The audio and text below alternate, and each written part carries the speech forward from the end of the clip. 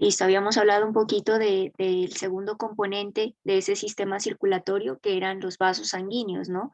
Hablamos un poco de las arterias, hablamos también sobre los capilares, los diferentes tipos de capilares que hay, y entonces vamos a volver a retomar un poquito la parte de las venas, ¿no? Entonces, nosotros decíamos que estas venas pues eran unos vasos capacitantes del sistema vascular con paredes delgadas, flácidas y que se expanden con facilidad para acomodar un volumen mayor de sangre, ¿no? Vamos a ver que es prácticamente aquí en las venas donde tenemos un porcentaje bastante alto de sangre, ¿no? Por eso se llaman vasos capacitantes del sistema vascular. Dentro de estas venas, pues tenemos varios tipos de venas dependiendo del tamaño que tengan, ¿sí?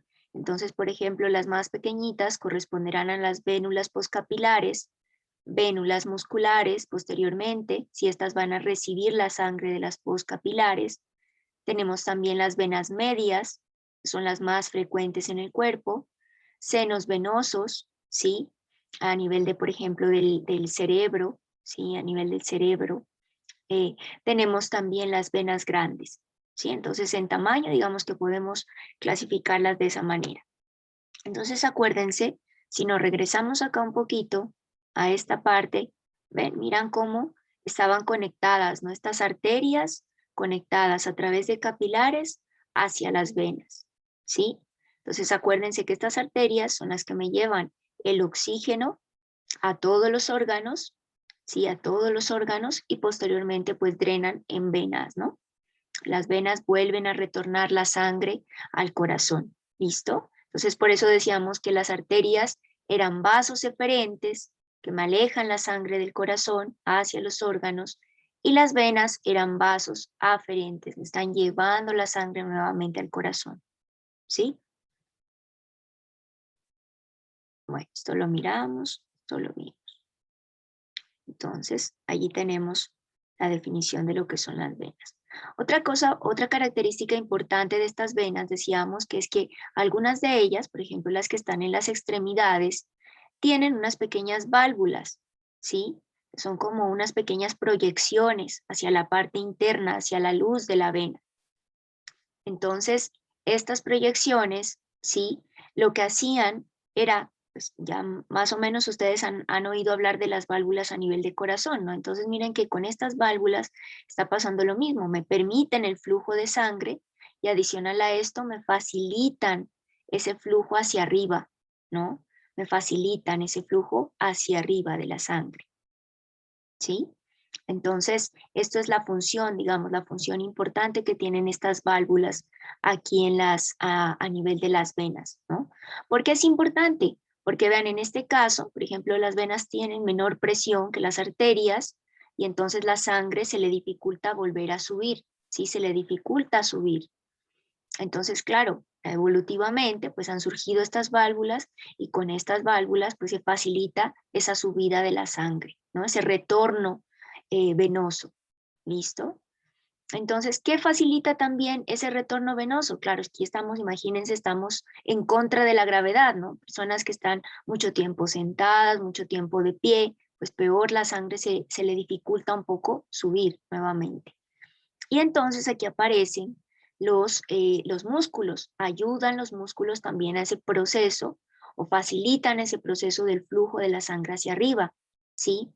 ¿De qué manera? Ellos lo que hacen es como una especie de masaje muscular. Esto se le llama masaje muscular. Entonces, vean, cuando estos músculos se contraen, ¿sí? Se están contrayendo, entonces favorecen que esa sangre vaya subiendo y después se relajan, ¿no? Entonces, al relajarse, claro, ya la sangre ha subido, se queda aquí atrapada en las válvulas y entonces se le facilita ese movimiento, ¿sí? Entonces, a eso le llamamos masaje muscular. Entonces, tanto el masaje muscular como la presencia de estas válvulas pues facilitan el flujo de la sangre hacia arriba en las venas, ¿no? Ese retorno venoso. ¿Listo? A eso le llamamos también bombeo del músculo estriado, a esto, a lo que hacen aquí los músculos que están contrayéndose y relajándose y facilitando ese proceso de subida de la sangre.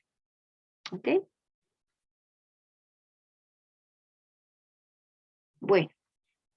Aquí teníamos una comparación, ¿no? De los vasos sanguíneos que tenemos. Entonces, venas, arterias, capilares. ¿Listo? Entonces, vuelve y juega. Miren, las venas llevan sangre de los tejidos al corazón, ¿sí? Aferentes.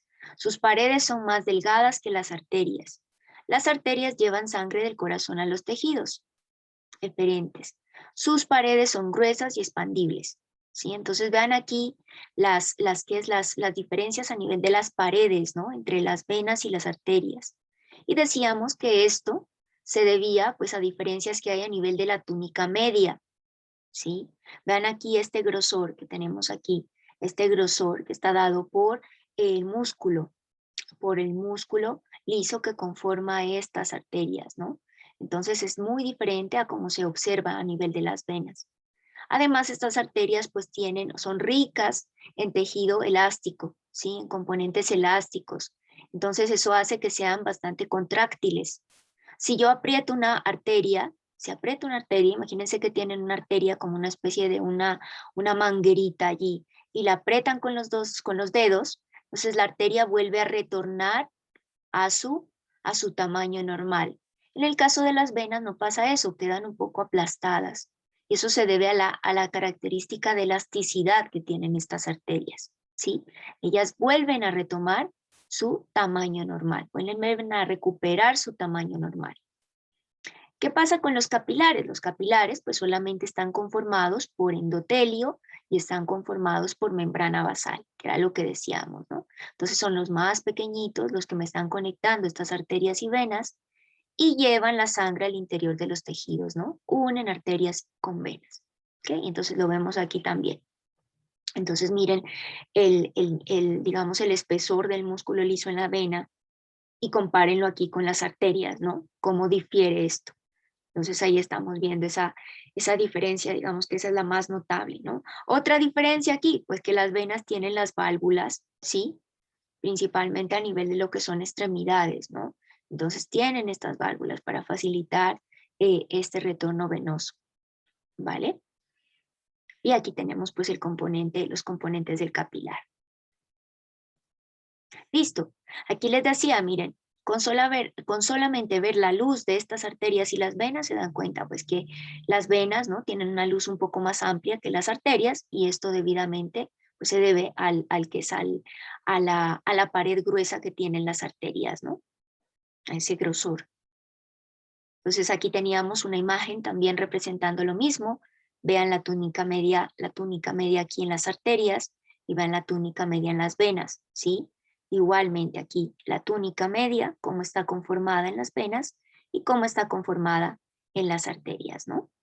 Aquí esta figura les muestra lo que les digo. Miren cómo está la forma de la arteria y miren cómo está la forma de la venita, ¿sí? Porque cuando se aprieta, cuando ocurre alguna presión, esta vena queda un poco así por tener no tener ese tejido elástico en comparación con la arteria, ¿no? Que vuelve y toma su forma normal otra vez, ¿no? Bueno, otro concepto que es importante, sí, es el paquete vasculo-nervioso. El paquete vasculo-nervioso, ¿a qué hace referencia? Pues nosotros hemos venido diciendo que todos estos sistemas se están integrando, ¿sí?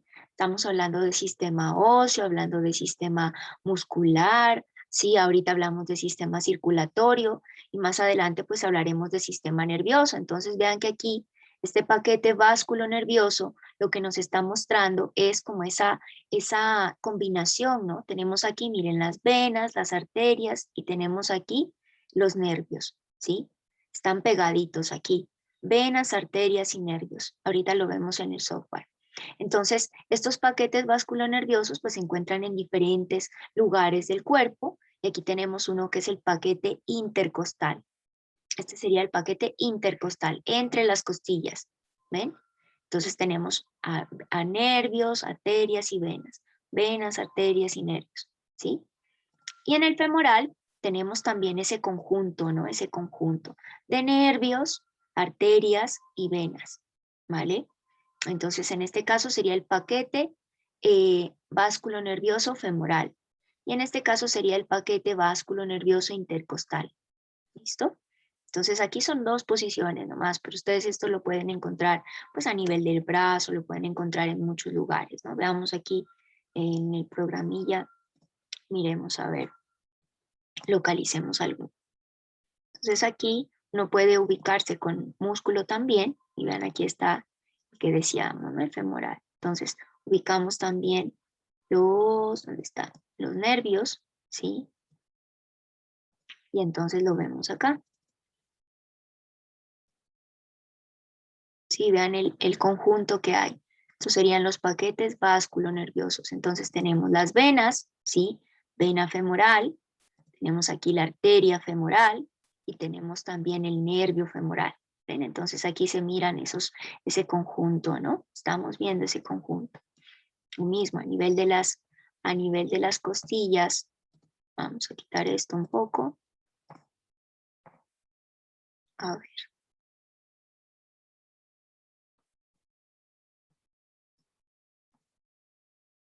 ¿Mm? ¿Ven? Entonces igual aquí, ¿no? Estamos viendo, a ver, creo que no me puedo acercar más de ahí. Ahí. Estamos viendo ese paquete, ¿no? Estamos viendo venas, arterias y nervios, ¿no? Es ese conjunto, eso es lo que me está definiendo el paquete vasculonervioso, ¿sí? Listo. Ese es como el concepto, ese concepto es sencillito. Vámonos otra vez a la presentación. Bueno, listo, entonces aquí les estaba señalando precisamente dónde están pues ubicados nervios, arterias y venas, ¿listo? Bueno, entonces aquí tenemos algunas principales arterias y venas, ¿no? Algunas de las más importantes para que las vayan repasando, las ubiquen también ¿qué es? En su programa, las vayan ubicando y vayamos aprendiéndonos algunas de las más importantes, ¿no? Saber, por ejemplo, dónde está la vena yugular, dónde está la carótida, que son, digamos, como una arteria fundamental, ¿sí? Miren, por ejemplo, aquí arteria subclavia, ¿sí? Esta parte de aquí, arteria subclavia, arteria radial y arteria cubital. Estas son importantes porque aquí es donde se toma el pulso, ¿sí? Donde precisamente ahora vamos a medir esa frecuencia cardíaca, entonces la vamos a hacer a nivel de arteria radial. Sí, también se puede hacer a nivel de arteria cubital, pero digamos que una de las más utilizadas es esta, ¿vale? Tenemos la aorta, ¿sí? La aorta. Y de allí, pues de la aorta, miren que se derivan un montón de arterias, ¿no? También. Entonces tenemos arteria femoral, arteria tibial anterior, ¿sí? Entonces vamos viendo aquí, estas son como algunas de las más importantes, ¿no? Y las venas suelen corresponderse con las arterias, con los nombres de las arterias. Entonces es un poquito, digamos que relativamente más fácil aprendérselas, ¿sí? La cuestión es que esto pues se complica, ¿no? Y entonces aquí tienen ya un panorama un poco más, con más nombres, ¿no? Con más nombres. Pues porque decíamos que esas arterias se ramifican en arteriolas, las venas también en vénulas, y entonces vamos viendo como todos los nombres que empiezan a salir, ¿no? Con estas arterias. Volvámonos acá otra vez un toquecito al programa. Quitamos esto, parte del esqueleto. Y entonces miramos aquí algunas, ¿no? Por ejemplo, quitamos esto del sistema nervioso. Sistema nervioso y entonces miramos aquí lo complejo que es el sistema circulatorio, ¿no? Para lograr irrigar todo el cuerpo. Entonces miren que acá están estas que son pues bastante venas y arterias bastante de gran grosor, ¿no? El arco aórtico que mencionábamos, ¿no? La aorta, aquí, ¿sí? Que llega al corazón. Por acá tenemos también la aorta, ¿sí? Aorta descendente. Toda esta es la que nos está llevando esa sangre allí hacia los órganos, ¿no? Hacia nivel superior, pues esa se convierte en carótida y después ya a nivel inferior, miren cómo de estas se ramifican todas las arterias que siguen, ¿no? Ilíaca, la femoral, todas estas y más abajo, pues las tibiales, ¿no?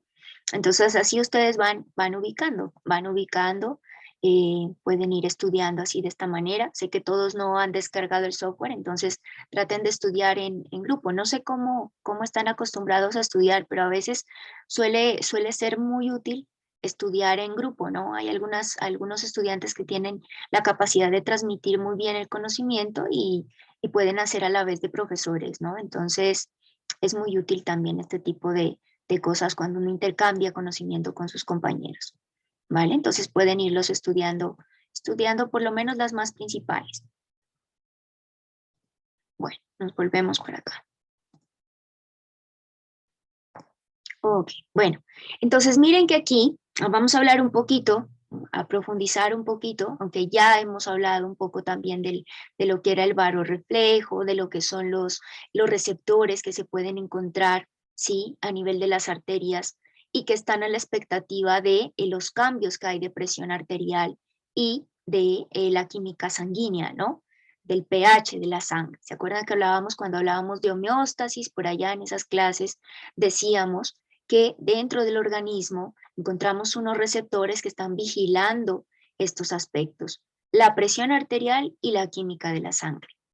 Bien, entonces miren que aquí en este caso tenemos, por ejemplo, en el seno carotidio y a nivel del callado aórtico o del arco aórtico, ¿sí? Tenemos una serie de varorreceptores relacionados con la presión arterial, ¿sí?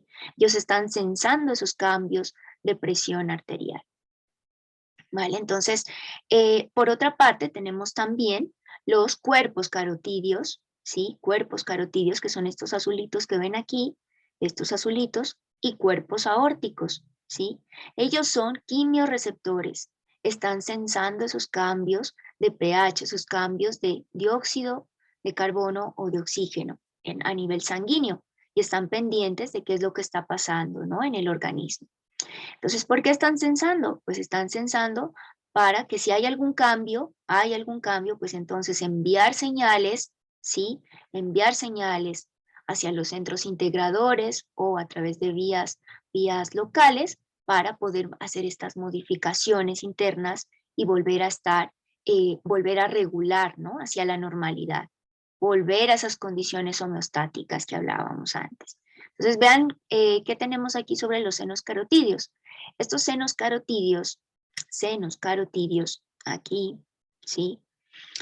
Están inervados por fibras nerviosas que al ser estimuladas transmiten señales para reducir el ritmo cardíaco y dilatan los vasos sanguíneos, ¿no? Entonces, ante una subida de presión arterial, ellos están aquí sensando esto y claro, están conectados con el sistema nervioso, envían esas señales hacia centros integradores y de allá del centro integrador se envían nuevamente señales para qué, para reducir el ritmo cardíaco y dilatar los vasos sanguíneos, ¿no? Eso me compensa, me vuelve esa presión arterial a la normalidad. ¿Okay? ¿Qué pasa con los cuerpos carotidios y aórticos? Pues estos transmiten señales a los centros respiratorios, ¿sí? Aquí sería a nivel del centro integrador, esto sería la parte integradora, para ajustar la respiración y estabilizar el pH sanguíneo. ¿Sí? La respiración, este CO2 tiene mucho que ver también con el pH sanguíneo, ¿sí? Al reaccionar con el agua, va a producir iones hidrogeniones y esos hidrogeniones pues van a acidificar la sangre, ¿sí? Entonces es importante regular o ajustar también la respiración para mantener estas concentraciones de dióxido de carbono y de oxígeno en sangre, ¿vale? Entonces ellos están allí a la expectativa de cualquier cambio que pueda pasar en este sentido, ¿no? Por eso hablamos de la química de la sangre en este caso. Bueno, entonces vean aquí lo mismo, ¿no? La conexión, ¿dónde están ubicados estos senos carotidios? ¿Dónde están ubicados los varorreceptores y los quimiorreceptores? ¿Sí? Y cómo ellos están conectados con estas fibras nerviosas, ¿sí? Con los nervios. Aquí más adelante igual esto lo vamos a trabajar, pero vean, este por ejemplo es el glosofaringio. Tenemos aquí el par vago, ¿sí? Nervio vago, el 10.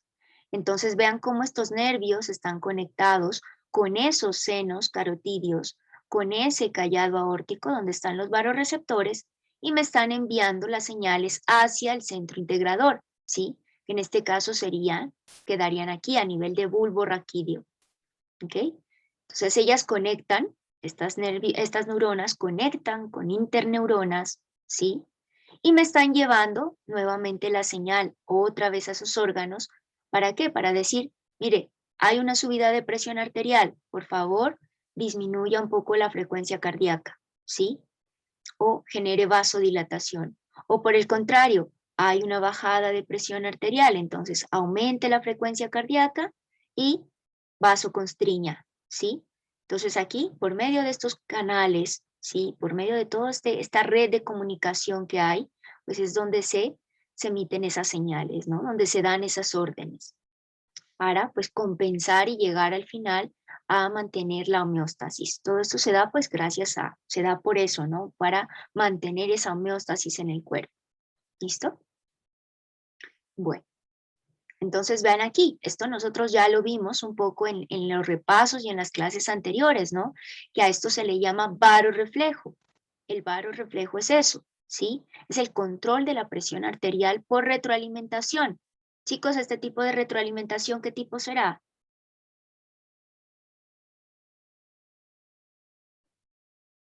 ¿Qué tipo de retroalimentación será? El ejemplo de la presión arterial. ¿Negativa? Sí, muy bien, exacto, negativa, ¿no? Negativa. Entonces vayamos integrando. Acuérdense, cada vez que vamos viendo los sistemas, hay ejemplos muy claros de estos tipos de retroalimentación negativa y positiva, ¿no? Entonces así vamos incluso teniendo hasta más ejemplos de esto, ¿no? Entonces, muy bien, negativa, ¿vale? Entonces, ¿qué pasa ante una bajada de presión arterial?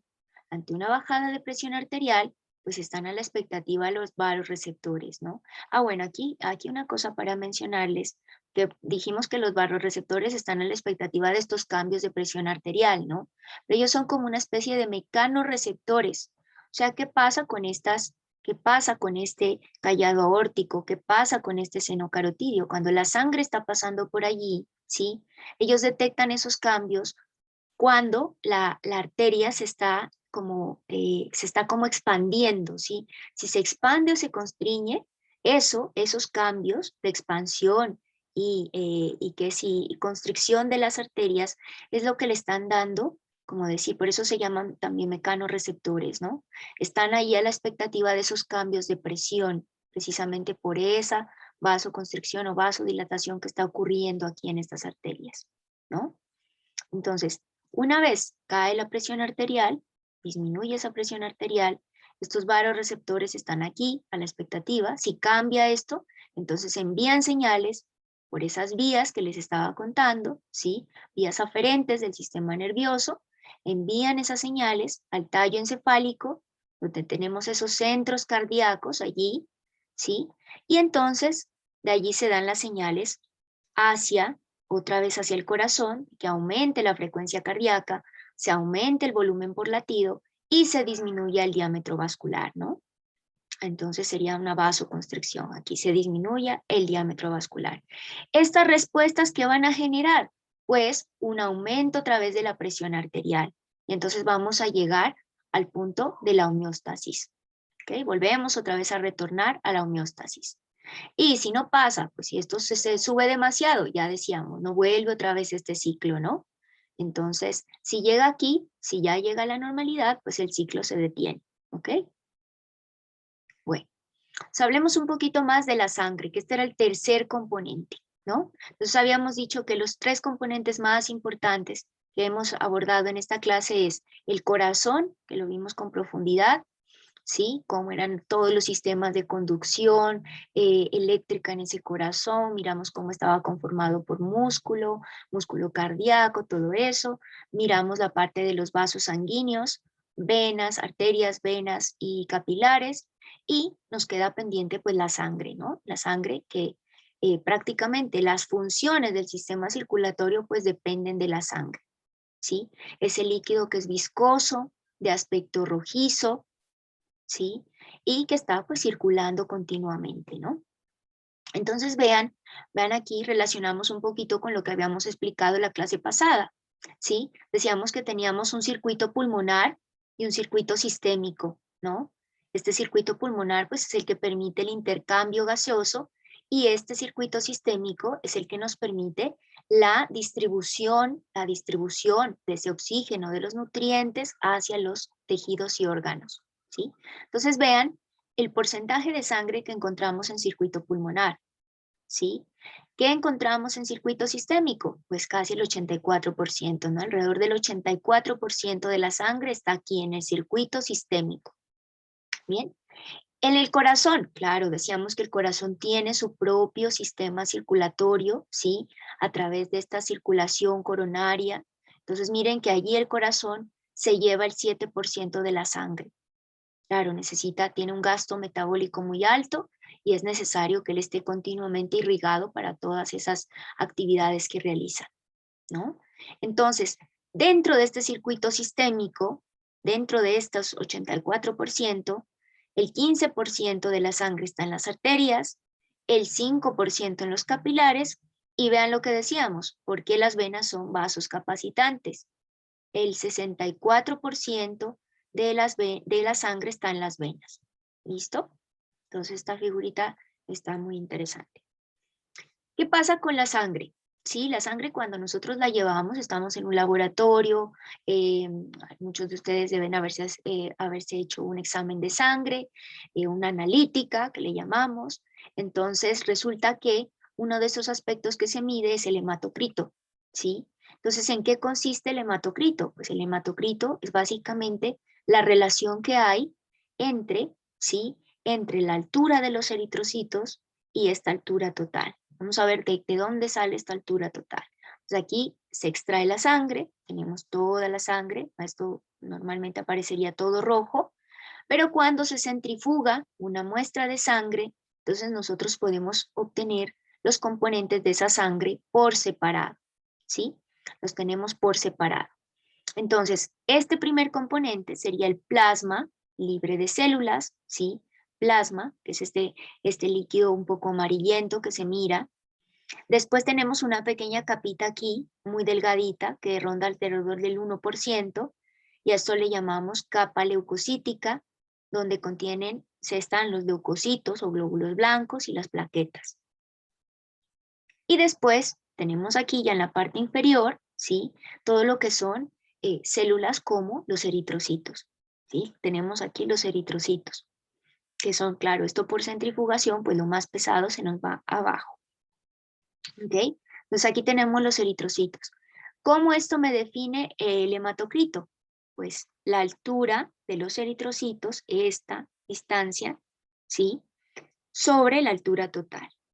Entonces, dependiendo de esto, a veces, por ejemplo, si el hematocrito está por debajo de lo normal, pues entonces será una persona que tenga anemia, ¿sí? Anemia. O si él, por ejemplo, está más acá, significa que esa persona está deshidratada, ¿sí? Este plasma, pues es lo que conforma prácticamente la matriz extracelular de ese tejido sanguíneo, ¿no? Acordémonos que nosotros hablábamos en la parte de tejidos, ¿sí? Cuando hablábamos de tejidos fundamentales, decíamos que dentro de los tejidos conectivos o conjuntivos encontrábamos al tejido sanguíneo, ¿no? Y esos tejidos, acuérdense que tenían una gran cantidad de matriz extracelular en comparación con las células, ¿no? Entonces lo estamos viendo aquí igual, lo estamos viendo aquí. Vale, vean que más o menos, entonces los rangos, digamos, normales de plasma serían entre 47 al 83% y de eritrocitos entre el 37 y el 52%. ¿Listo? Cuando estos rangos pues se cambian, entonces es donde ya vienen las interpretaciones médicas, ¿no? ¿Qué más tenemos dentro de la sangre? Entonces en la sangre, pues la sangre tiene un montón de componentes y proteínas, ¿sí? Tenemos diferentes tipos de proteínas, entre ellos tenemos globulinas, tenemos albúmina, ¿sí? Vean, esta albúmina es uno de los componentes más importantes de esa sangre, ¿sí? ¿Por qué? Porque está relacionada con la viscosidad de la sangre, está relacionada también con el mantenimiento de la osmolaridad de la sangre, ¿sí? Que la osmolaridad es una medida de concentración. está relacionada con esa osmolaridad de la sangre, ¿sí?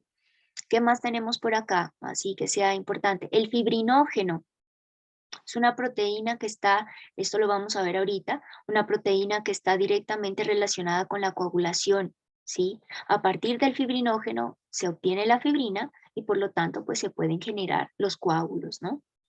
Tenemos, miren, las globulinas, que son estas, las inmunoglobulinas A, D, E, G, M, que participan fuertemente en todo lo que es el sistema inmune, ¿no? Entonces esto lo vamos a abordar allí en esa parte. Pero aquí tienen como las funciones más importantes de cada uno de esos componentes de la sangre, ¿sí? Y tenemos también algunas, por ejemplo, miren, está la transferrina, ¿sí? La transtirretina, que estas tienen papeles como por ejemplo unirse al hierro, ¿sí? Transportar el hierro. Entonces tenemos algunos componentes que son de ese tipo, ¿no? Pero los más importantes quizás son estos, las albúmina, el fibrinógeno y las globulinas que las tenemos aquí. ¿Ok? Bueno, una diferencia que es importante también tenerla en cuenta dentro de esa sangre es la diferencia entre plasma y suero. Sí, seguramente muchos han oído hablar de estas dos palabras, plasma y suero. ¿Sí? ¿Cuál es la diferencia que hay entre plasma y suero? Entonces, la diferencia depende de la manera en que yo recoja la sangre y la separe, ¿sí? La separe en sus componentes. Entonces, por ejemplo, cuando se toma la sangre, se recoge la sangre en un recipiente que tiene un anticoagulante, que puede ser heparina, o puede ser citrato sódico, o puede ser EDTA también, EDTA, ¿sí? EDTA, que son quelantes de calcio, porque el calcio es importante para el proceso de la coagulación. Entonces, si yo le quito eso, entonces se recoge con un agente anticoagulante. Esto, si yo en este tubito tengo aquí un anticoagulante, pues la sangre no se va a coagular, ¿sí? Es lógico, ¿no es cierto? Entonces no se coagula la sangre, la someto a centrifugación y entonces obtengo estos tres componentes que acabamos de analizar. El plasma, la capa leucocitaria y los eritrocitos o hematíes. ¿Listo? Entonces, este plasma contiene fibrinógeno, que decíamos que es una molécula importante para el proceso de la coagulación. Lo contiene, aquí está presente, ¿vale? Cuando yo recojo esto. Angie Flores, dime Angie. Profe, cuando en los exámenes aparecen de sangre células mixtas, ¿a qué hace referencia todo eso? ¿Células qué? Perdón. ¿Mixtas? ¿Mixtas? Me imagino no he visto el examen de sangre, pero normalmente en los exámenes a uno le aparecen, por ejemplo, cantidad de leucocitos, glóbulos, plaquetas también. Mixtas me imagino que se refiere como a todo el conjunto, ¿no? No sé, si quieres en algún momento lo podemos revisar y lo miramos. Me envías, por ejemplo, el examen y lo vemos y miramos a qué se refiere, ¿no? Pero normalmente a uno, mira que eso es una cosa que se me pasó. Hubiera traído un examencito de sangre para que vean ustedes cómo ponen los porcentajes de bueno, pero eso se los puedo compartir. Cómo ponen los porcentajes de los componentes sanguíneos, ¿no? Entonces, dependiendo de los tipos de analíticas que ustedes soliciten, pues le va a aparecer el porcentaje de leucocitos, ¿sí? Y allí les ponen los rangos de porcentaje. Ustedes si tienen por ahí algún examen de sangre, miren lo que les ponen los rangos de cada uno de estos tipos celulares, ¿no? Entonces no sé si se refiere a eso, Angie, me imagino, no sé, dependiendo de la analítica que te hayan tomado o si es de algún familiar, ¿vale? Bueno, entonces tenemos que cuando se toman estas condiciones, ¿sí? La sangre se recoge con un anticoagulante, entonces yo voy a tener estos tres componentes, ¿listo? Los vemos claramente y esto se mira, o sea, uno mira el tubo con estos tres componentes. Pero ¿qué pasa con el caso de que yo no ponga aquí en este tubo un anticoagulante? ¿Sí? Cuando yo no tengo aquí un anticoagulante, entonces, claro, la sangre se coagula, ¿sí? La sangre se coagula. Entonces miren que aquí se forma un coágulo, solamente voy a ver un coágulo y voy a mirar aquí el suero. ¿Cuál es la diferencia entre suero y plasma? Pues que este suero no contiene fibrinógeno, ¿sí? No contiene fibrinógeno, ¿por qué? porque ese fibrinógeno se ha consumido todo aquí en el coágulo, se ha consumido, ¿sí? Se ha consumido. Entonces la diferencia entre plasma y suero es eso, la presencia de fibrinógeno y la ausencia de fibrinógeno. ¿Listo? Entonces aquí me quedan todas las celulitas atrapadas en esa red de fibrina. ¿Vale? Entonces esa es la diferencia que hay. Bueno, ya habíamos dicho que la viscosidad es una propiedad importante, ¿no?, de la sangre para la función circulatoria, porque rige en parte el flujo de la sangre a través de los vasos. Claro, miren cómo está determinada esta viscosidad. Si hay mayor número, por ejemplo, de eritrocitos o de células, pues esa viscosidad va a cambiar, ¿no? Se va a hacer una sangre más espesa, ¿sí? Si hay menor número de células, de eritrocitos, hematíes, de células, pues entonces esa sangre se va a volver más líquida y eso va a generar un cambio a nivel del flujo de la sangre, ¿sí? Si hay cambio en el flujo de la sangre, pues eso puede estar relacionado directamente con cambios a nivel de la presión arterial también, ¿no? Entonces vean la importancia de esa característica de viscosidad en la sangre, ¿no? Bueno, aquí tenemos algunos elementos formes de esa sangre. Entonces, hablemos un poquito de cuáles o cómo están esos elementos formes, ¿no? Vean los eritrocitos, que decíamos que son los hematíes o los glóbulos rojos, si los van a encontrar como de esas maneras. Entonces, serían los hematíes o glóbulos rojos. Vean que nosotros decíamos que estas eran células de tipo discoide, ¿no? Miren, aplanadas, ¿sí? Esos son los eritrocitos y pues tienen una función importantísima porque ellos están transportando el oxígeno, ¿no? Son los transportadores no solamente de oxígeno, sino también de dióxido de carbono, ¿no? Entonces, llevan oxígeno hacia los tejidos, recogen el dióxido de carbono y vuelven a hacer otra vez todo el recorrido gracias al intercambio gaseoso pues, que se está presentando a nivel de circuito pulmonar, ¿sí? Entonces, vean la importancia de esos eritrocitos. Y pues ellos son precisamente por una proteína que contienen, que es la hemoglobina, ¿sí? Son los que le dan el aspecto rojizo a la sangre, ¿no? Entonces, allí tenemos a los eritrocitos. Bueno, ¿qué más tenemos por acá? Entonces, tenemos también a los trombocitos. Los trombocitos son estos chiquitinos que son prácticamente unos fragmentos celulares, y estas son las mismas plaquetas, ¿sí? Entonces, cuando vean trombocitos, son las mismas plaquetas, son estas chiquitinas de aquí. ¿En qué van a participar? Pues en la coagulación, en todo lo que es la cascada de la coagulación, ellas están allí a la expectativa. ¿Por qué? Porque pues ellas van a ser las que van a estar conformando los tapones plaquetarios, ¿no? Esos tapones plaquetarios. Entonces, ellas van a ser como ese muro de contención cuando hay una ruptura del vaso, ¿sí? De un vaso sanguíneo, entonces ellos van a ser el muro de contención, ¿sí? Enlazados con la fibrina. ¿Listo? Entonces esa es la importancia que tienen los trombocitos.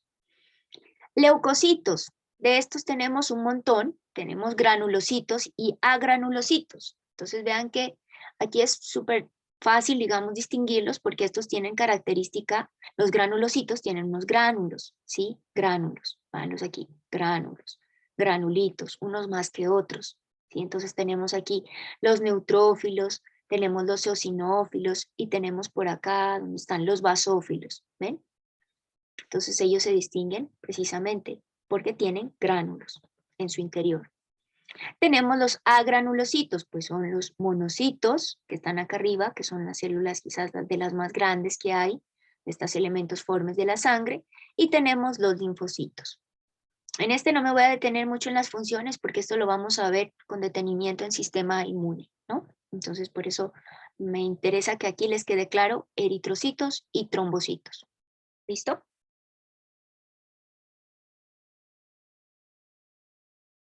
Bueno, entonces veámoslos aquí. Estas serían como unas representaciones así dibujados, ¿no? Dibujaditos.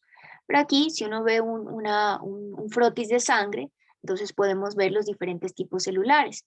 Tenemos aquí los neutrófilos, los eosinófilos, basófilos, linfocitos, monocitos y plaquetas, ¿no? Las plaquetas estas que se ven aquí chiquitinas. Y aquí tenemos pues los glóbulos rojos que se ven en todas las fotografías, ¿no? Entonces, claro, de esta manera pues ya por nivel, digamos que morfológicamente, las personas que están realizando los análisis de sangre y todo este tipo de cosas, pues ya reconocen muy bien cuáles son neutrófilos, cuáles son eosinófilos, y se hace ese conteo, ¿no? Incluso ahora hay técnicas como la citometría de flujo, que a uno le permiten, es un aparatillo donde van pasando las células, sí, va pasando las células, y hay un láser que va detectando cada una de esas células y por forma va definiendo qué tipo celular es, ¿no? Imagínense ya los avances que hay, ¿no? Entonces ya uno ya no necesita uno hacer mucho esto, sino que en un citómetro de flujo le dicen, ah, mira, esto es un neutrófilo, esto es un eosinófilo, ¿sí?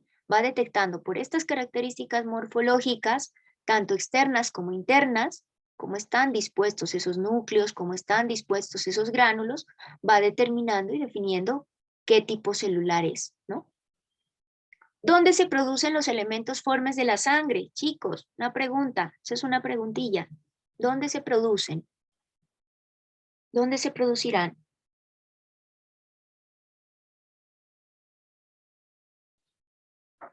¿Dónde se producen los elementos formes de la sangre?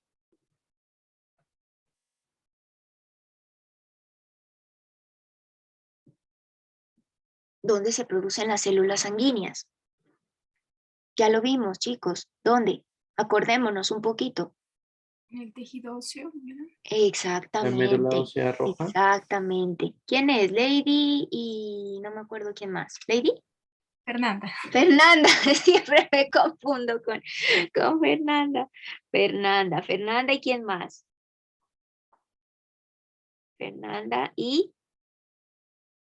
No me acuerdo si quién era. James, ¿quién era?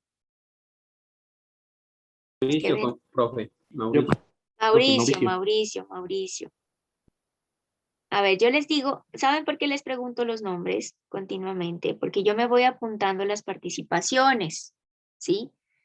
Entonces, de ahí esas participaciones son importantes al final. Entonces, es bueno que ustedes participen. A veces no necesariamente que uno les diga, nada, vamos a dar tantas décimas por responder las preguntas, ¿no? Es importante que ustedes participen, ¿sí? Incluso hasta haciendo aportes, cositas que yo no les digo aquí y que de repente ustedes la sepan, les dicen, profe, mira, yo encontré esto que había sobre tal cosa, ¿sí?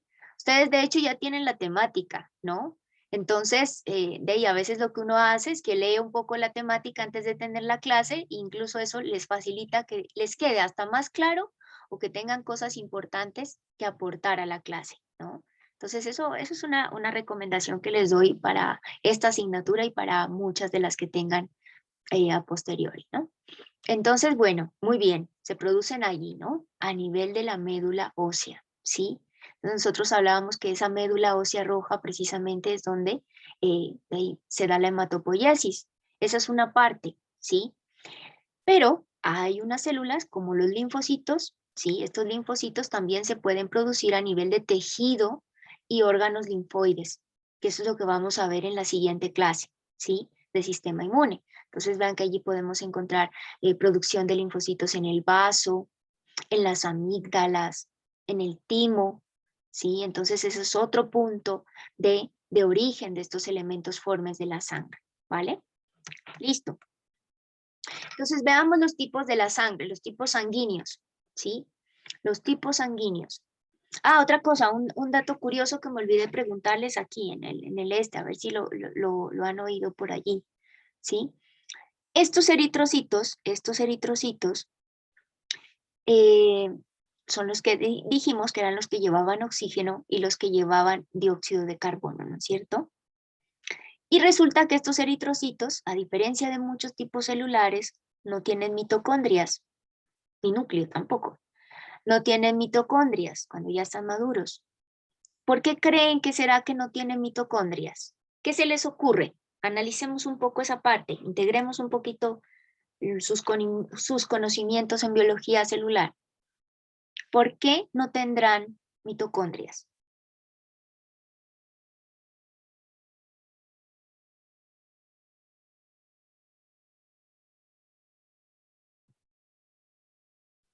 ¿Sería porque ellos llevan el oxígeno de pronto? Sí, exactamente. ¿Quién? ¿Quién fue?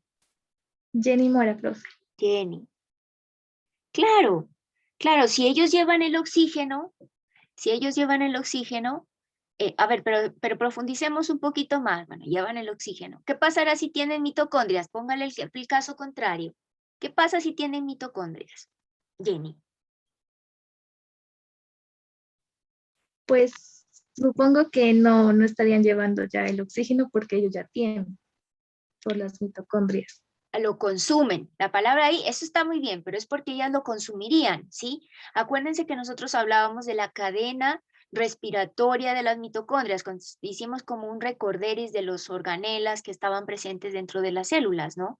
Entonces, dentro de esas mitocondrias ocurre la cadena, o hay una cadena que se llama la cadena respiratoria, y ahí ocurre la fosforilación oxidativa, ¿sí? Entonces, claro, si los eritrocitos tuvieran mitocondrias, se consumirían todo el oxígeno y no lo llevarían, ¿sí? Entonces, miren cómo evolutivamente eso es algo supremamente importante, ¿no? Que ellos carezcan de ese tipo de organelas, ¿no? Eso es un dato curioso por ahí que les dejo. Entonces veamos aquí los tipos de la sangre. ¿Sí? Estos tipos de la sangre pues, son fundamentales porque dentro de estos tipos sanguíneos nosotros podemos ver entre qué y qué personas se pueden hacer transfusiones, ¿sí? Dependiendo del grupo sanguíneo que tenga esa persona. ¿Qué está definiéndome ese grupo sanguíneo? Me lo está definiendo los antígenos que están encima del eritrocito, que están, vean, aquí a nivel de la membrana del eritrocito. ¿Sí? Entonces tenemos aquí que hay, por ejemplo, el antígeno A, que son los que tienen el grupo A, son estas bolitas fucsias. El grupo B tienen antígenos B, grupo AB, mezcla de los dos, y grupo O no tienen antígenos, ¿vale? ¿Qué va a pasar entonces dentro del plasma? ¿Qué vamos a encontrar dentro del plasma de esas personas? De grupo A, grupo B, grupo AB y grupo O. Entonces vamos a encontrar anticuerpos anti-B en el caso del grupo A. En el grupo B, anticuerpos anti-A. En el grupo AB no tienen ninguno y en el grupo O tienen anti-A y anti-B. Entonces, claro, ustedes aquí ya se imaginarán que si yo agarro esta sangre de grupo A y se la pongo a uno de grupo B, pues va a haber problemas porque ellos tienen anticuerpos anti-A. ¿Sí? Van a destruir estos eritrocitos. Van a destruir. Lo mismo pasaría al revés. Si yo agarro un donante B y se lo coloco, les coloco la sangre a un A, pues entonces estos eritros se van a destruir porque esta persona tiene anticuerpos anti-B. ¿Listo? De aquí surgen también otros dos conceptos que son los donantes universales y los receptores universales, que vienen a ser estos dos grupos. Ahorita lo vemos en la siguiente tabla. Entonces vean aquí el problema de tener una sangre del donador tipo A, ¿sí? Y que el receptor sea tipo B. ¿Vale? Entonces, lo que va a pasar es que los anticuerpos de este receptor van a empezar a aglutinar los eritrocitos del donante y por lo tanto, pues van a generar problemas hemolíticos. La hemoglobina se va a salir de esos eritros, eso me puede dar daño renal, ¿sí? Jenny levantó la mano. Dime, Jenny. Profe, yo tengo una pregunta. Ajá. ¿Es verdad que las personas que tienen como que el mismo tipo de sangre dificulta tener hijos? ¿O es como complicado? ¿Cómo? ¿Que el mismo tipo de sangre cómo? O sea, yo he escuchado, más no sé si es verdad, que las personas que tienen el mismo tipo de sangre, o sea, pueden tener hijos, pero es como más complicado. No sé si eso sea cierto. No, mira, verás, ¿no? Ahorita lo vamos a ver eso con una patología, que me imagino que eso estará relacionado con lo que tú me preguntas, que es cuando es el RH, más que todo el RH, cuando, por ejemplo, claro, estos tipos sanguíneos están heredados genéticamente, ¿no? Entonces, tiene sentido tu pregunta en ese aspecto, ¿no?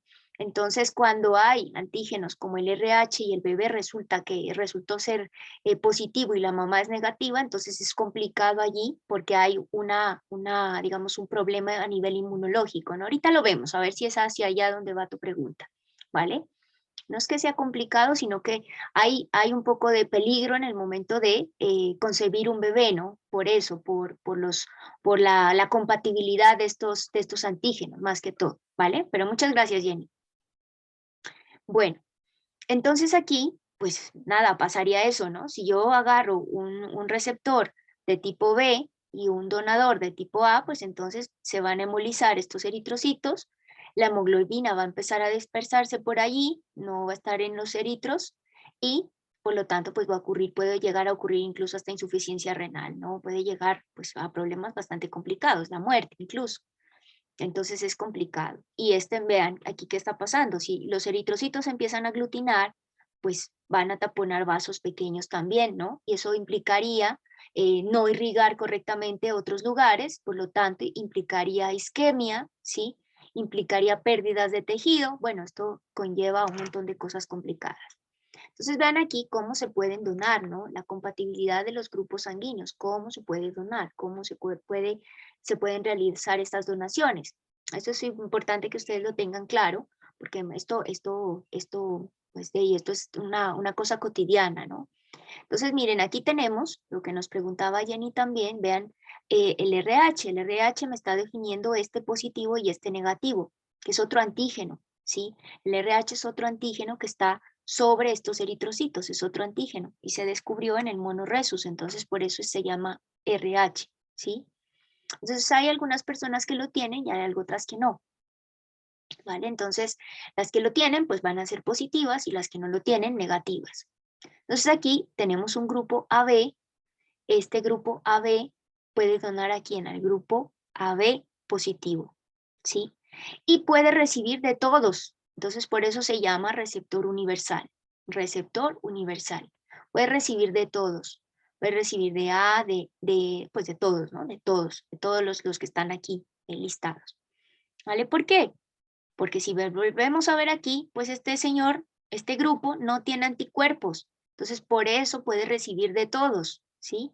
No tiene anticuerpos, entonces si recibe de este, pues nada, no va a tener ningún anticuerpo y por lo tanto no va a reaccionar contra los eritrocitos, no va a actuar en contra de los eritrocitos, ¿vale? Esa es la razón. Ahora, el grupo AB negativo puede donar ¿a quién? A AB positivo, a AB negativo, ¿sí? Y puede recibir de todos los negativos. Entonces aquí es el problema. Si recibiera de un positivo, claro, ese positivo tiene el RH positivo. Al tener RH positivo y él no lo tiene, pues entonces puede despertar una respuesta inmunológica frente a los positivos. ¿Ok? Entonces por eso él recibe de todos, pero los que sean negativos, todos negativos, ¿vale? Negativos reciben de negativos, ¿ok? Bien, A positivo puede donar a A positivo y a AB positivo. ¿Listo? ¿Eso por qué? Por los anticuerpos, ¿no? Acuérdense, porque ellos tienen esos anticuerpos anti-B, tienen. Entonces pueden donar a A y pueden donar a AB. ¿Y de quién pueden recibir? De A positivo o negativo y de O. ¿Vale? Y así sucesivamente lo vamos analizando, se va analizando para todos. Entonces esta tablita es bueno que se la repasen y miren entre qué y qué se puede hacer las transfusiones. Eso explica, pues porque a uno le dicen, bueno, ¿qué tipo de sangre es? Sí, entonces le podemos poner tal, ¿listo? Entonces es importante para evitar ese tipo de efectos después de hemólisis. Bueno. Vemos otra vez que dentro en la sangre pues también hay procesos ¿cómo se llaman estos? Procesos homeostáticos, ¿no? Entonces miren que en el caso de la hipoxemia, ¿sí? La hipoxemia, cuando hay una caída, un adecuado transporte de oxígeno, hipoxemia se le llama esto, ¿sí? Cuando hay un inadecuado transporte de oxígeno, entonces eso es sensado también, es sensado en el cuerpo. Sí, ya veíamos que hay receptores que están pendientes de esto, de la química sanguínea, y entonces al ser percibido por el hígado y los riñones, entonces, ¿qué es lo que ocurre? Hay un aumento en la secreción de eritropoyetina. Esa eritropoyetina, entonces vean dónde va a actuar, lo que decíamos, a nivel de donde se producen las formas celulares, ¿no? Entonces decíamos que en esa médula ósea roja hay producción de células. Entonces, claro, esta eritropoyetina aumenta la producción de células, ¿sí? Se da eritropoyesis, o sea, formación de eritrocitos, y esos eritrocitos, pues al aumentar la cantidad de eritrocitos, yo voy a tener que van a transportar más oxígeno, ¿sí? Entonces esa será la consecuencia. Una caída de oxígeno, pues puede inducir todo este bucle donde la respuesta va a ser aumentar el transporte de oxígeno gracias al incremento en la cantidad de eritrocitos. Entonces vean, de esa manera sería la corrección de la hipoxemia. ¿Esto cómo se da? Pues no solamente se da a nivel de hemorragia, sino que también se puede dar cuando una persona está subiendo una montaña, o nosotros, por ejemplo, los de aquí, los que estamos a nivel de lo que es los Andes, que somos de tierra alta, los de altura, ¿sí? En comparación con los de bajura, que serían, por ejemplo, los del Pacífico, hacia la costa pacífica, hacia Tumaco, hacia esa parte, nosotros tenemos una mayor cantidad de eritros que ellos, ¿sí? ¿Por qué? Porque hacia las alturas hay menor disponibilidad de oxígeno, ¿sí? Entonces se puede inducir esto. Incluso cuando una persona está subiendo, no sé si ustedes han escuchado por allí, que le dio el mal de altura, ¿sí? El mal de altura es precisamente por esto, ¿no? Hay falta de oxígeno acá y entonces las personas no están adaptadas a eso como nosotros, por ejemplo, y entonces les empieza a faltar el aire. Yo me acuerdo que en biología, cuando nosotros hicimos una vez una caminata por allá, al volcán Galeras, si bien recuerdo en los primeros semestres, teníamos una compañera de Tumaco y a ella le faltó el aire y nos tocó que se quedara en la cabaña acá porque no pudo subir, ¿sí? Entonces es precisamente por eso, nosotros nos hemos ido adaptando un poco a esto y es gracias a este tipo de aspectos que se presentan, ¿no? Entonces ahí vemos un poquito la parte fisiológica. Veamos esta parte de la cascada de la coagulación. Entonces, aquí tenemos otro tema fundamental, ¿no? Entonces decíamos que este es un ejemplo de retroalimentación positiva, ¿sí?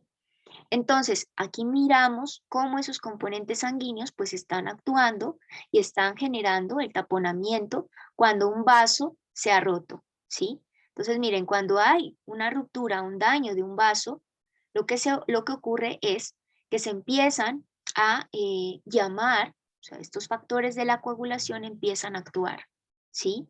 Entonces, se ocurre un vaso, se rompe un vaso, entonces actúan los factores de la coagulación, que están ¿dónde? En la sangre, ¿sí? Y entonces, ¿qué hacen esos factores de la coagulación? Activan diferentes proteínas que al final de cuentas lo que me van a generar es una fibrina, la fibrina, ¿sí? Vean, esta fibrina es como una especie de red que va a enlazar esas plaquetas y entonces me va a generar un coágulo. Entonces vean aquí, se activan factores de la coagulación. Entre esos factores de la coagulación lo que van a hacer es activarme la protrombina a trombina. La trombina se encarga de pasar de fibrinógeno a fibrina. Estas son enzimas que están rompiendo aquí estas proteínas. Entonces fibrinógeno a fibrina. Y la fibrina es la que me va a formar las redes junto con las plaquetas, ¿sí? Junto con las plaquetas me va a formar estas redes y entonces ya voy a tener el desarrollo del coágulo. ¿Listo? Y aquí ya voy a tener otra vez como que si ese vaso está cerrándose nuevamente, ¿sí? Entonces vean que esa es la, digamos como en resumen, la cascada de la coagulación. Si uno se va más a fondo, pues este mecanismo tiene la cascada de la coagulación puede ser darse o generarse por un mecanismo extrínseco o por un mecanismo intrínseco, ¿sí? Entonces el mecanismo extrínseco lo que hace es que me activa unos factores diferentes al mecanismo intrínseco. El intrínseco es más largo, más demorado, alrededor de unos 6 a 10 minutos, y este demora segundos, unos 15 segundos, se activa esto rápido, ¿sí? Entonces, pues miren que aquí hay otra palabra que nosotros decíamos en alguna clase, redundancia de esos sistemas de control. Hay redundancia, ¿sí? El uno es más demorado y el otro es más rápido. ¿Y a qué llegan? A lo mismo, a generar fibrina, ¿sí? Entonces aquí en este caso, miren que los tejidos perivasculares dañados van a secretar tromboplastina, que es un factor 3, esto se me une al factor 7 y en presencia de calcio me desencadenan el resto de la cascada.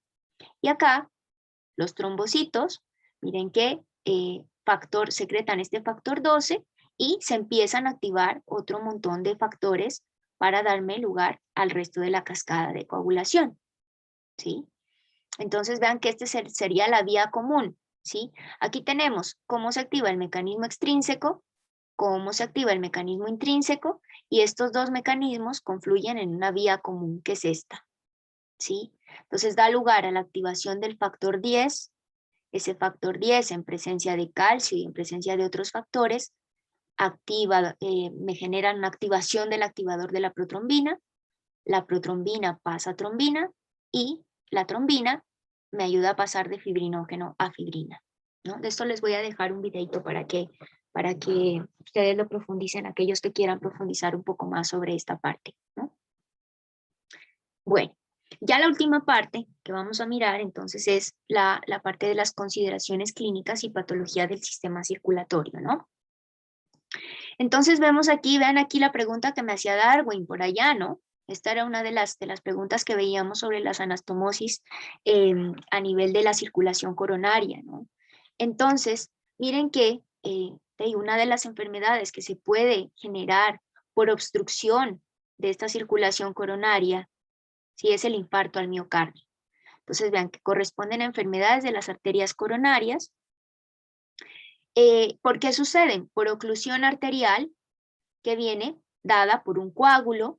Miren, aquí se puede generar un coágulo, un bloqueo de esa arteria que puede darse por un coágulo o por aterosclerosis, ¿sí? Que sería una acumulación aquí de grasa, una acumulación de grasa, de colesterol, ¿vale? De otras sustancias. Entonces, claro, si yo tengo aquí un coágulo o tengo una acumulación de grasa, pues voy a obstruir esta arteria y por lo tanto no va a pasar sangre, no va a irrigar el tejido y vean lo que les decía, se va a necrosar, ¿sí? Se van a morir las células del miocardio, se mueren. Entonces, claro, al morirse, pues nada, esto ocurre necrosis, ¿sí? Ocurre necrosis. Se produce isquemia y muerte. ¿Isquemia a qué hace referencia? Isquemia hace referencia a que ese tejido no está bien irrigado, por lo tanto no recibe oxígeno y posteriormente se necrosa y muere. A eso se refiere la isquemia. Síntomas: dolor torácico intenso y prolongado, irradia brazos y hombros. Después más cuando veamos sistema nervioso van a entender por qué el dolor torácico intenso y prolongado irradia brazos y hombros. No se los voy a decir aquí. Lo vamos a ver más allá. Dificultad para respirar, sudoración, palidez, mareos, náuseas y vómitos son entre los síntomas que podemos encontrar del infarto al miocardio, ¿no? Vean que esta enfermedad está estrechamente relacionada con la anterior, ¿no? Decíamos que el infarto al miocardio se podía producir por aterosclerosis. Entonces aquí tenemos la aterosclerosis. ¿En qué consiste? Pues sencillamente es una acumulación, un endurecimiento de las arterias porque se empieza a acumular aquí colesterol, se produce inflamación y también fibrosis, ¿no? Entonces esto bloquea las arterias. Al bloquear las arterias, miren que a veces esta placa ateróptica puede llegar a romperse, ¿no? Entonces al llegar a romperse, por aquí, se rompe la placa, que esta placa incluso puede estar interna dentro de ese vaso sanguíneo. Entonces al romperse va a generar la cascada de la coagulación. Entonces esto es lo que ustedes ven aquí, un coágulo también formado allí. Entonces, claro, si yo tengo estos dos aspectos aquí, obstruyéndome el vaso sanguíneo, pues entonces se va a venir incluso el infarto al miocardio, ¿no? Entonces, a veces, si esto se puede resolver, hay algunos, no sé si por ahí ustedes hayan oído hablar de las estatinas que son las que a veces a uno le dicen, bueno, si una persona tiene colesterol alto, entonces le damos estas estatinas, eso ayuda a disminuir el colesterol alto en la sangre, ¿sí? Y entonces esto se puede ir resolviendo, pero si no, pues, se genera el infarto al miocardio, ¿vale? Eso es lo que está pasando. Bueno, es una enfermedad lenta y progresiva que puede comenzar a manifestarse en la niñez, ¿no? Entonces vean aquí algunos de los múltiples factores que pueden desencadenarla. Entre los factores de riesgo encontramos la inflamación, el colesterol, sí, el colesterol procedente de la dieta, el tabaquismo, la diabetes y la hipertensión, la disfunción endotelial, otros factores genéticos, ¿vale? Entonces son múltiples los factores que hay. ¿Qué complicaciones se pueden generar? Se puede producir enfermedad cerebrovascular, ¿sí? Parálisis y discapacidad, claro, si yo paralizo, pues si se ocurre una complicación a nivel cerebral, pues entonces voy a tener parálisis, ¿no? Enfermedad coronaria, angina, infarto, enfermedad arterial periférica, ¿sí? A nivel de las extremidades superiores e inferiores, estenosis ateromatosa, ejemplo, se puede presentar hipertensión, ¿sí? A nivel de falla en los riñones, isquemia mesentérica, ¿vale? Isquemia mesentérica. Chicos, denme un segundito que me están llamando. ¿vale?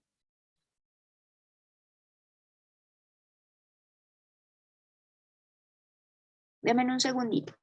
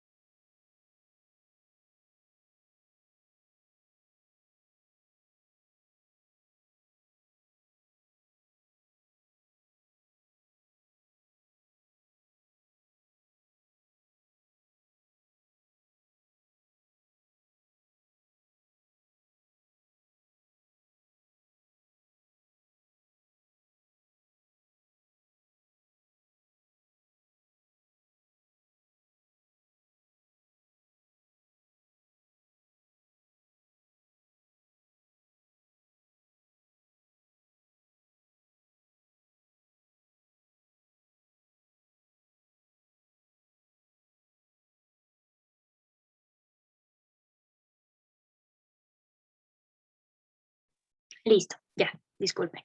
Entonces, bueno, decíamos que pues estas son las complicaciones, ¿no?, que se pueden presentar por la aterosclerosis, ¿vale? Entonces, acuérdense que esta aterosclerosis pues está vinculada a lo que veíamos en el infarto al miocardio, ¿no?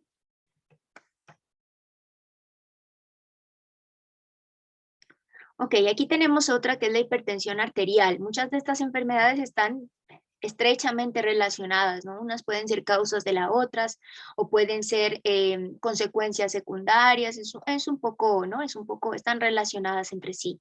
Entonces vemos que es una enfermedad y factor de riesgo de otras enfermedades.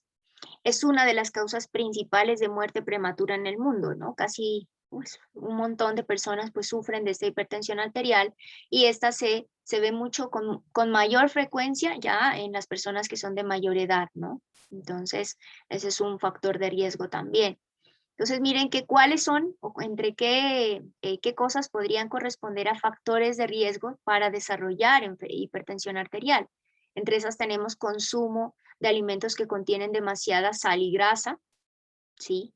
Entonces aquí la prevención estará en eso, en tratar de tener una alimentación mucho más saludable, ¿no?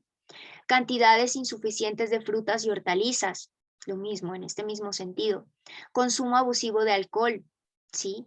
Tanto el alcohol como la falta de ejercicio físico, el manejo del estrés y el tabaquismo están directamente relacionados con la producción de colesterol, ¿sí? Con el aumento de colesterol.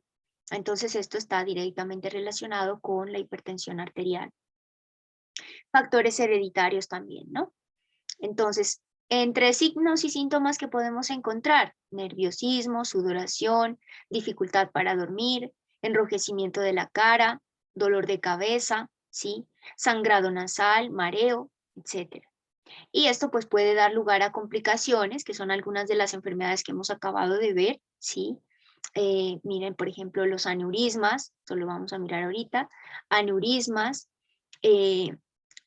cambios cognitivos, lesiones en los ojos, ataque al corazón, ¿sí? Que es lo mismo, infarto al miocardio, en este caso, insuficiencia cardíaca, enfermedad arterial periférica y accidente cerebrovascular, ¿no? Entonces, dependiendo de dónde pues, se esté generando, vamos a tener mayores complicaciones, ¿no?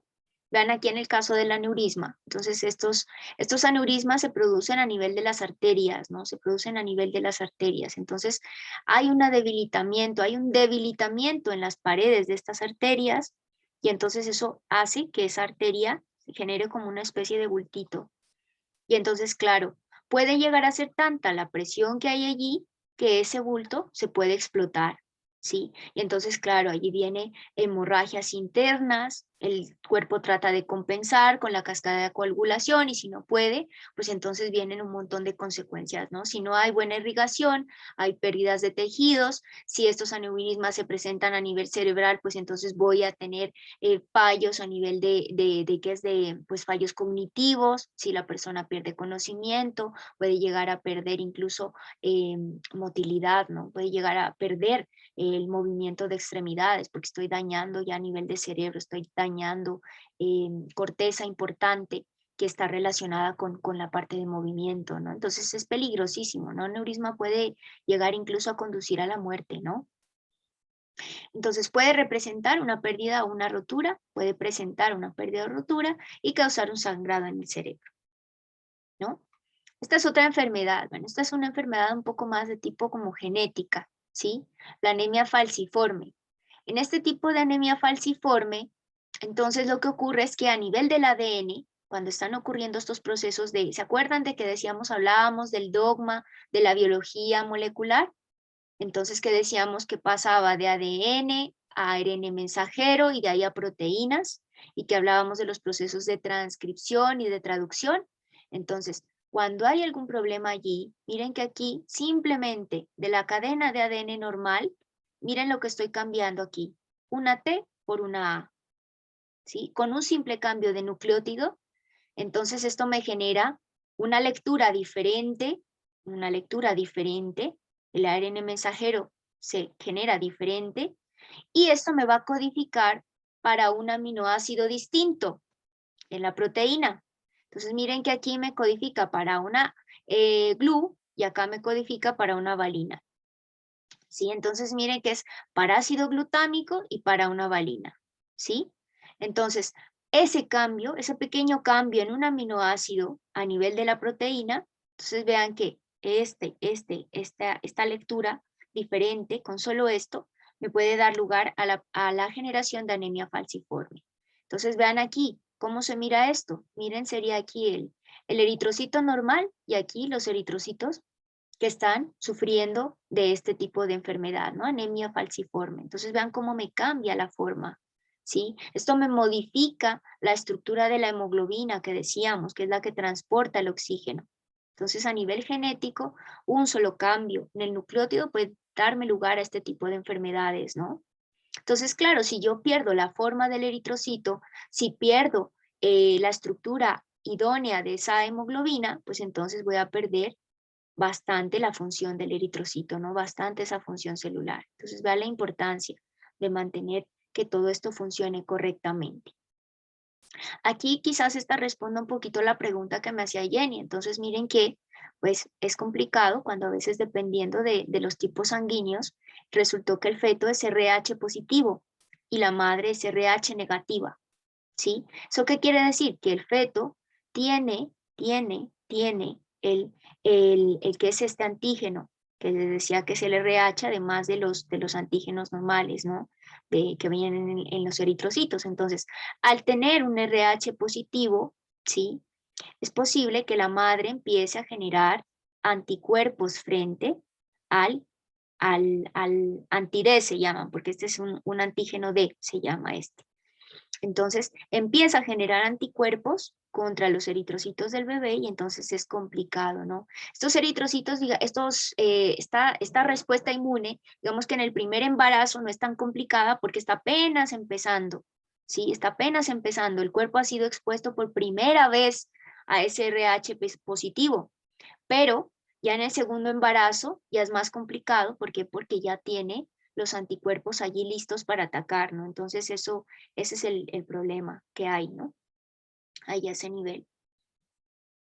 Bueno, y el último ejemplo, que son mis venenos favoritos, entonces el último ejemplo es el envenenamiento por mordedura de serpiente, ¿no? Esos venenos están conformados por un montón de componentes, están conformados por proteínas con actividad enzimática o sin actividad enzimática, un montón de carbohidratos, lípidos, agua, y entonces, pues, cuando muerden a una persona, pueden generar un desarrollo de un cuadro fisiopatológico bastante complejo, ¿no? Y entre esos, pues, la alteración a nivel de la coagulación, ¿sí? Entonces vemos aquí cómo esa serpiente tiene aquí una glándula, está dispuesta en el maxilar superior, y entonces unos músculos hacen que ese veneno se eyecte hacia la parte posterior a través de unos colmillos, y entonces ese veneno varía, ¿no? Ese veneno tiene un montón de variaciones, y dentro de esas variaciones pues hay un montón de proteínas que van a empezar a dañar tejidos, ¿sí? Que van a empezar a dañar todos los sistemas que nosotros hemos acabado de ver. Entonces vean aquí cómo se produce. Este sería primero el nivel de daño muscular, ¿sí? Ven, aquí hay unas proteínas que me están dañando los miocitos, las fibras musculares del músculo esquelético, ¿sí? Músculo esquelético. Viene la serpiente, muerde aquí, y entonces hay proteínas que dañan músculo esquelético. Si dañamos músculo esquelético, ¿qué pasa? Vean, esta figurita es muy parecida a la que a la que vimos la clase, bueno, en el repaso y en las clases pasadas. Se produce un montón de subida de calcio aquí. Esto lo hemos hablado también. Se produce subida de calcio, ¿sí? Si yo produzco un aumento de calcio aquí, me va a dar hipercontracción. Vean aquí los miofilamentos, cómo están dispuestos. Se produce hipercontracción, ¿sí? Si hay hipercontracción y hay un montón de calcio en la mitocondria empieza a morir, empieza a haber muerte celular, y al haber muerte celular, vean lo que viene. Viene necrosis, síndrome compartimental, que ya hablamos también. Entonces aquí van integrando un poquito todo lo que hemos acabado de ver. Síndrome compartimental, que es aumento en la presión dentro de los compartimentos musculares, ¿sí? Ruptura de las fascias, ¿se acuerdan? Y vean todo lo que genera, incluso amputación de esas extremidades, ¿no?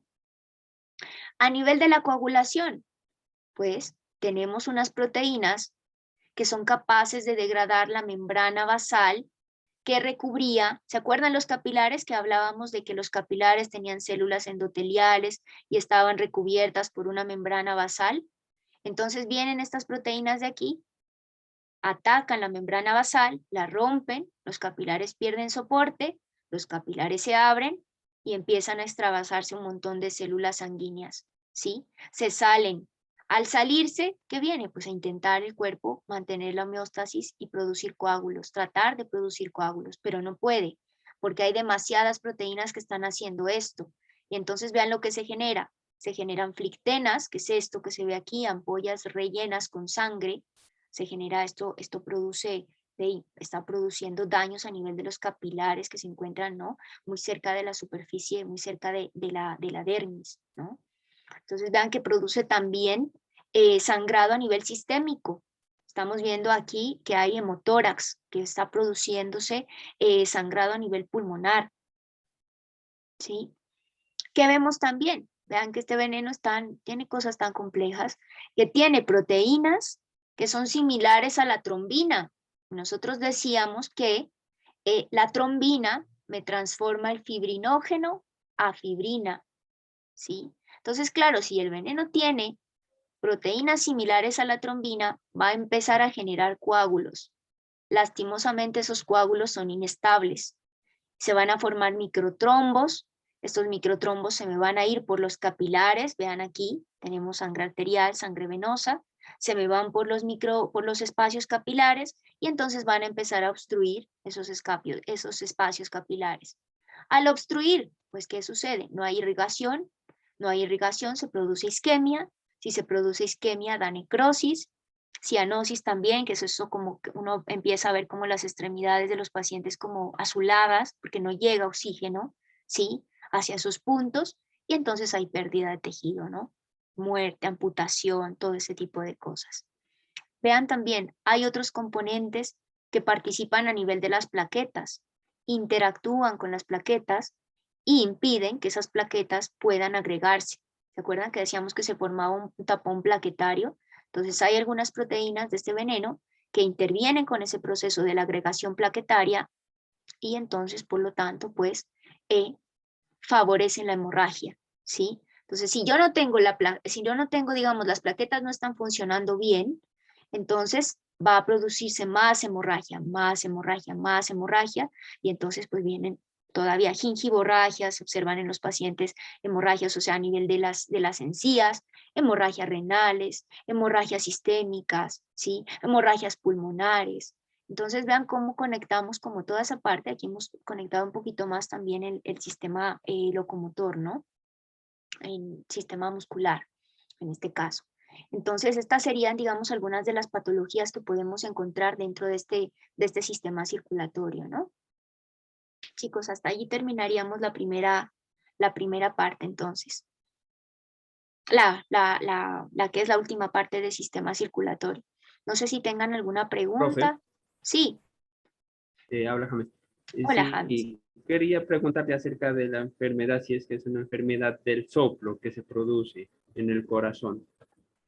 va, allí lo que está ocurriendo es, digamos, como que a nivel de soplo, se generan, por ejemplo, arritmias, ¿no? Entonces, cuando tú vas a mirar a nivel de electrocardiogramas y este tipo de cosas que veíamos en la clase pasada, pues esos patrones se van a ver afectados, ¿no? Se van a ver afectados. Entonces, sería un poquito complicado por eso, pero yo creo que hay algunos que se pueden resolver. No he leído muy bien cómo se pueden resolver este tipo de problemas, pero se puede mirar, ¿no? Se puede revisar. Ujú. Profe, Angie, ¿verdad? sí, profe, yo escuché unos casos que tienen un RH nulo, Ajá. que digamos, ellos pueden donar a todos los demás, pero solamente entre ellos pueden recibir sangre, algo así, ¿es verdad? ¿O? RH nulo, pues no lo he visto. Sí, Nulo no lo he visto. O sea, que no, hasta donde yo sé, o sea, existen esos antígenos, el antígeno D, ¿no? Que es el que, digamos, como el que produce ese RH positivo o negativo. Eso es hasta donde yo he leído. Pero igual, lo miro. Flores, ¿no? Angie Flores es, sí, ¿no? profe, fue un caso, creo que primero fue en Australia, algo así. Ajá. Puede ser, o sea, es que imagínate que esos antígenos están allí, o sea, bueno, un montón de células presentan diferentes proteínas, nosotros llamamos antígeno a una proteína o a una sustancia que es capaz de despertar una respuesta inmune, ¿no? Dentro de esos antígenos tenemos unas regiones específicas que se llaman epítopos.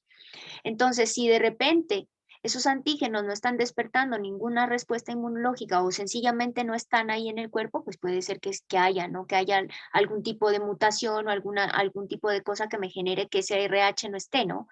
Pero es algo que no lo he revisado, que no lo he leído. Ujú. Vale, entonces me Profe, apunto estas dos cosas por aquí. Ujú.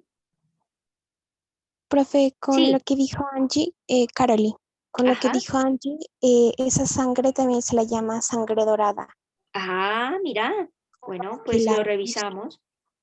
sí, pues, o sea, se supone que más o menos 40 personas en el mundo solamente la tienen. Lo bueno es que, bueno, pues dicen que esta sangre es como prodigiosa, poderosa, porque esta ayuda a ser donante universal. Es mejor que la O, por decirlo así. Ah. Lo bueno es que la persona que la tiene puede donarle a cualquier RH, ¿no? Y lo malo es que ella solamente puede recibir de la misma. Y 40 personas en el mundo pues también la hacen peligrosa, pues. Claro, es bastante complicado porque imagínate, dependiendo del tipo, claro, me imagino que dependerá, ella será tipo A, B o C, sin A, B o sin tener el positivo o el negativo, entonces, según lo que entiendo por el RH nulo.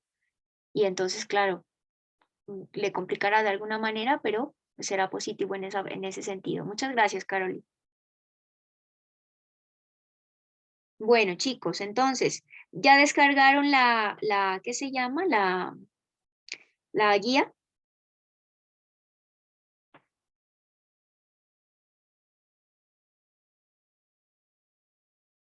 ¿La tienen, Coe? Sí, en Codes está, o se las envió por WhatsApp, no sé si todos ya la descargaron.